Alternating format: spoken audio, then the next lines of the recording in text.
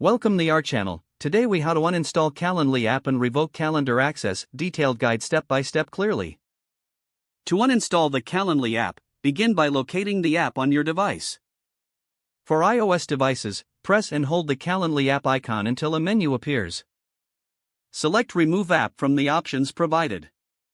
Then, tap Delete App to confirm the uninstallation. For Android devices, navigate to the app drawer and find the Calendly app. Press and hold the app icon until a menu pops up where you see an option to uninstall. Drag the icon to the Uninstall section that appears at the top of the screen or select Uninstall from the menu. Confirm the action by tapping OK or Yes when prompted. Next, you'll want to revoke Calendly's access to your calendar.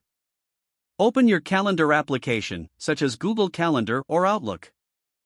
For Google Calendar, go to the settings by clicking on the gear icon in the upper right corner.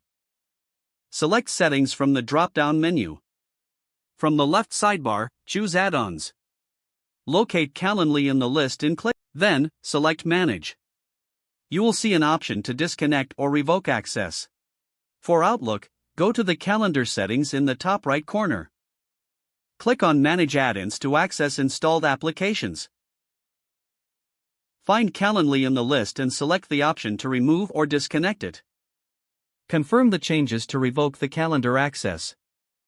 Now, you have successfully uninstalled the Calendly app and revoked its calendar access. It's advisable to check your account settings on the Calendly website for any lingering permissions. Log into your Calendly account through a web browser. Navigate to Integrations in the account settings. Review any remaining calendar integrations and remove them if necessary. By following these steps, you can ensure that Calendly no longer has access to your calendar. If the page does not load, refresh the browser or try again in a private or incognito window. Make sure you are using the correct email address, then retype it carefully to avoid small typos. If your password is not accepted, use the reset option and create a new strong password you can remember.